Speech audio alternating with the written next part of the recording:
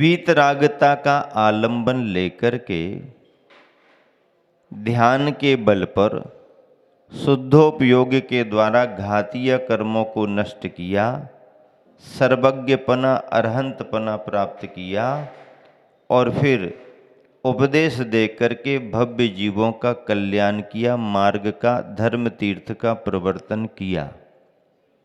ये तीन विशेषताएं अरहंत सर्वज्ञ भगवान की मानी गई हैं और इसीलिए उपदेश के प्रमुख अधिकारी यही अरहंत सर्वज्ञ भगवान हैं। तीर्थंकर घर में रहते हुए हितमित प्रिय मार्गदर्शन देते हैं, पर वह धर्म का उपदेश नहीं माना जाता। मुनि दीक्षा लेने पर फिर अखंड मौन धारण कर लेते हैं, सो भी उपदेश का कोई काम नहीं। जब केवल ज्ञान होता है, समोसरण की रचना होती है, गणधर अपने पद पर आसीन होते हैं, फिर दिव्य ध्वनि कीर्ति उपदेश होता है, सो वो भी सर्वज्ञ भगवान का उपदेश है। वहीं से जिन वाणी प्रारंभ होती है और उसी जिन वाणी से जिन शासन आगे बढ़ता है।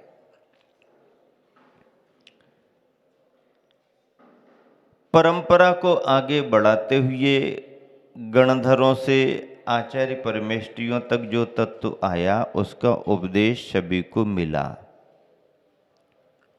और उसी क्रम में आचार्य उपाध्याय और साधु परमेष्ठी यानी तीनों जो गुरु की श्रेणी में आते हैं, उनके वचनों को भी प्रवचन कह दिया जाता है।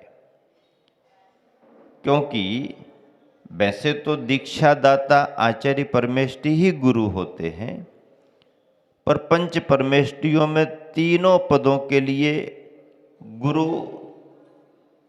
नाम से संबोधित किया जाता है। आचार्य समंत भद्र महाराज जी ने इसलिए गुरु के स्वरूप में कहा, विषयासा वशाती तो निरारंभो परिग्रह ज्ञान ध्यान तपोरक्ता तपस्वी सा प्रशस्यते। ये गुरु का स्वरूप है।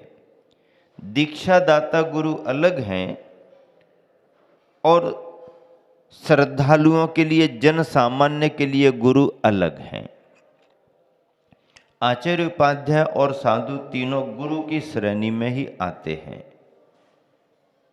इनके द्वारा जो भी मार्गदर्शन मिलता है अथवा इनका जो भी उपदेश होता है, वह प्रवचन माना जाता है।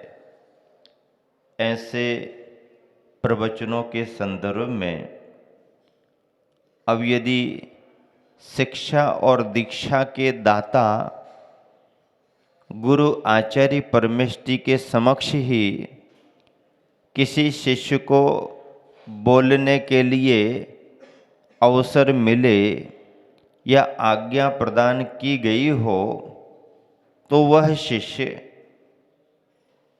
अपने भावों से गुरु और संघ को ध्यान में रख कर के समाज को क्या संबोधन दे सकता है।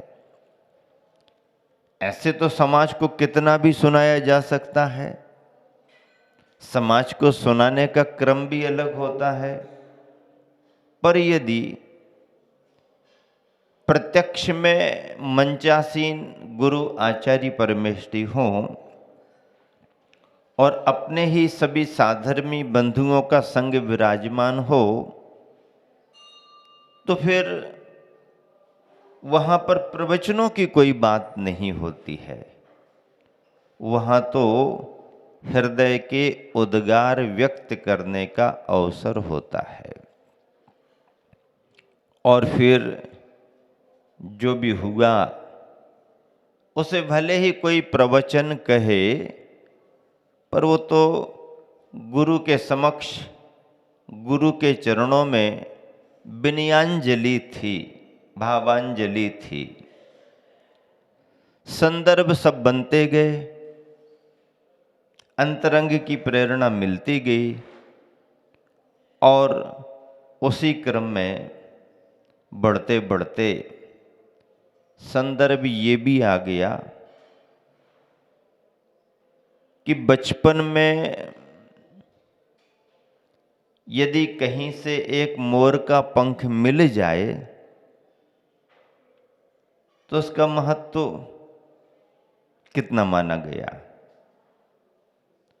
खास करके विद्यार्थियों के लिए उसका और ज्यादा महत्व है। अब तो पंख भी खूब मिलने लगे,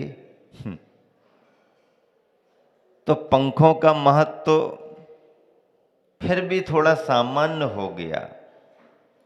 लेकिन जिस समय मोर के पंख नहीं मिलते थे, जिस प्रदेश में मयूर बहुत हों, उड़ते चलते फिरते घूमते दिखें तो भी कोई बात नहीं, जिन प्रदेशों में मयूर ही कम हो, देखने को ना मिलें, कभी कभार आ जाएं, तो कहीं से भी मोर का पंख मिले तो उस पंख में आकर्षण भी है, पंख का महत्व भी है।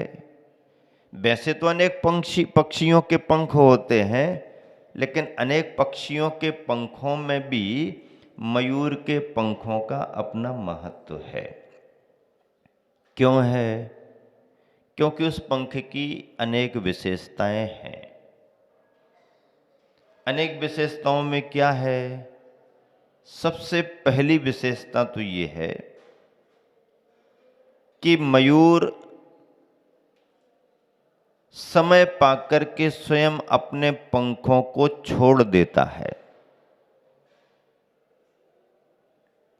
ऐसा कोई भी पक्षी नहीं है जिस पक्षी के क्रम में पंखों का उगना, आना और समय पाकर के पंखों को त्याग कर देना, छोड़ देने का क्रम हो।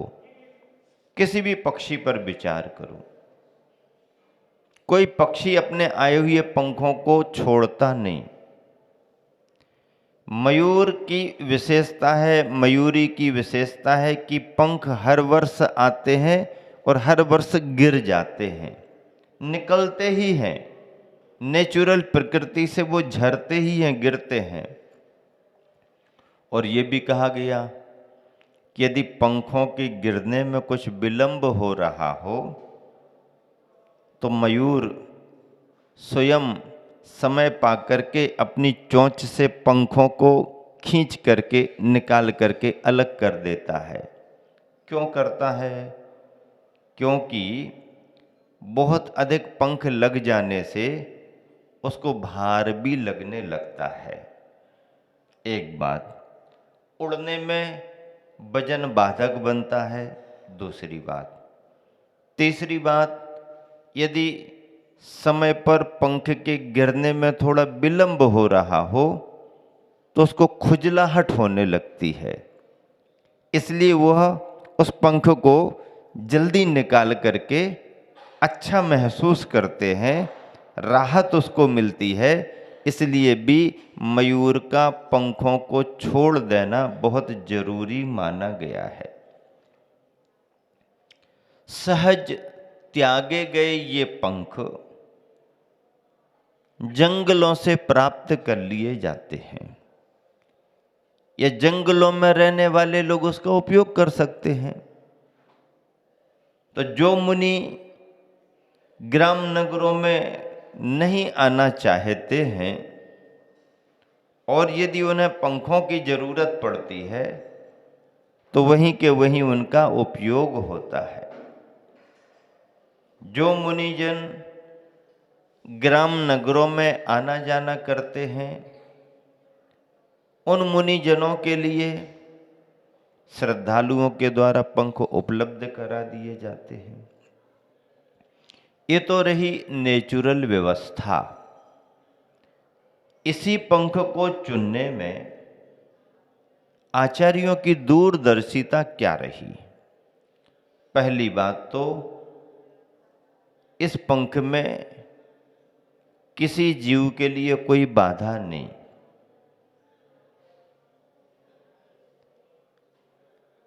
अहिंसक तरीके से हमारे लिए उपलब्ध हो जाता है।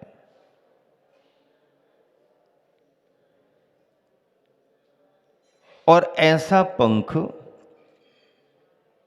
जब उसकी सूक्ष्मताओं पर विचार करते हैं तो पांच पांच गुण आचार्यों ने मयूर के पंखों के बतलाए।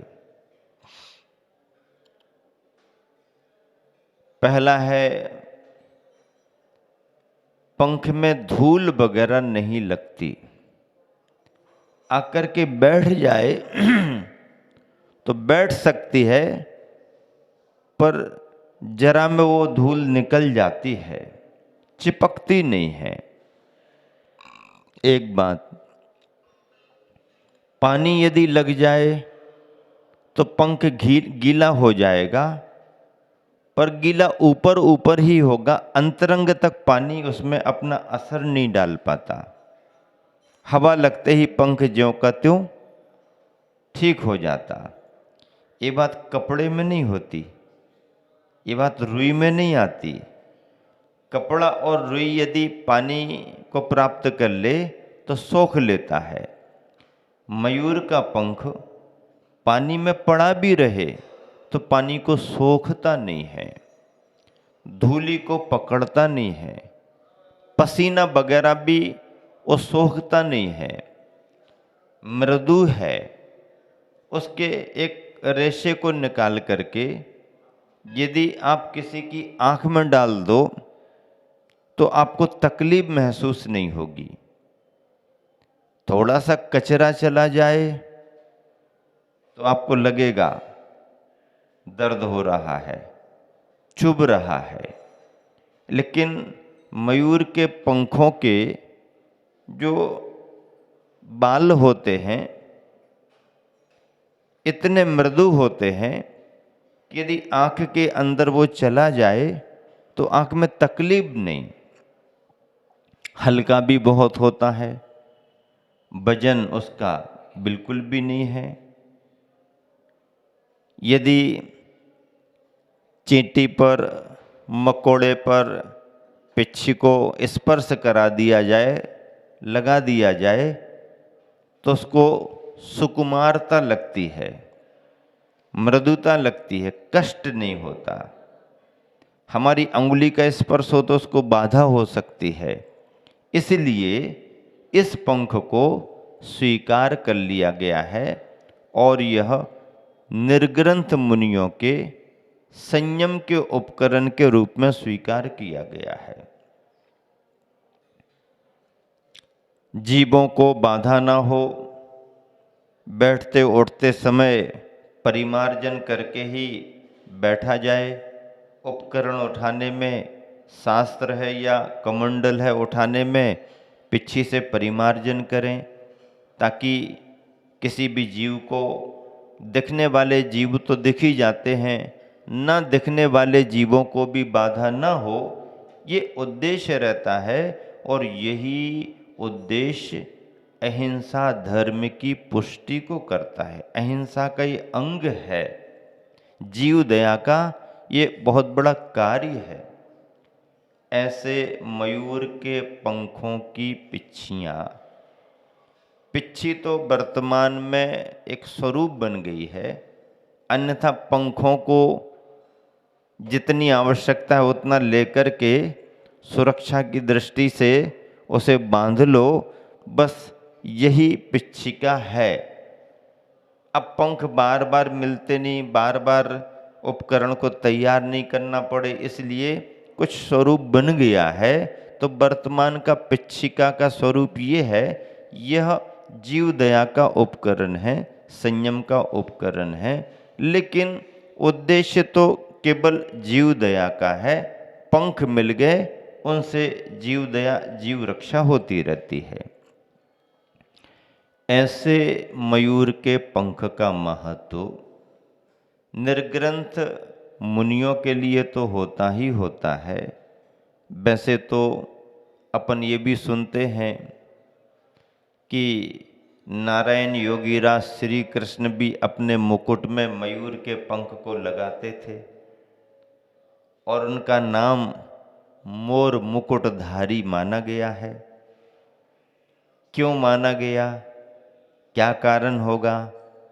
कारण जो भी हो, उन्होंने मयूर के पंख को पसंद तो किया, मयूर के पंख को स्थान तो दिया, और स्थान देने में भी कहाँ स्थान दिया? अपने मुकुट में स्थान दिया। कारण क्या होगा? मुझे तो ऐसा लगता है कि नेमिनाथ तीर्थंकर भगवान और श्री कृष्ण दोनों भाई भाई थे। श्री कृष्ण वसुदेव के पुत्र थे, इसलिए उनका नाम वासुदेव पड़ा। नारायणों का एक नाम वासुदेव होता है। और नेमिनाथ समुद्र विजय के पुत्र थे। समुद्र विजय को आदि लेकर के 10 भाई थे। समुद्र विजय सबसे बड़े थे और वसुदेव सबसे छोटे थे। बड़े भाई के नेमिनाथ और छोटे भाई के श्री कृष्ण, दोनों में भाई भाई का संबंध था। उम्र में श्री कृष्ण बड़े थे और उम्र में नेमिनाथ छोटे थे। नेमिनाथ जब बड़े हुए तीर्थंकर प्रकृति लेकर के आए थे, दीक्षा का नियोग था। उन्होंने निर्ग्रंथ मुनि दीक्षा धारण की, तप के मार्ग को स्वीकार किया, मोक्ष मार्ग पर आगे बढ़े, धर्म के मार्ग पर आगे बढ़े। ये तो सभी को ज्ञात था ही। और यह सब देख करके कि तीर्थंकर इस मार्ग पर बढ़े हैं, निर्ग्रंथों का ये मोक्ष मार्ग है, और केवल ज्ञान प्राप्त करके समोसरण की रचना हुई, दिव्य ध्वनि खिरने लगी, सभी को धर्म का रास्ता, धर्म का उपदेश मिलने लगा।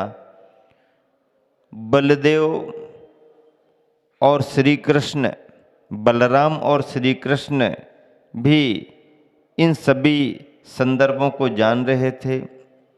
सारे प्रजाजन, उस समय के श्रद्धालुजन, कुल कुटुंब से सभी जन समोसरण में जाते आते ही होंगे, धर्म लाभ लेते होंगे।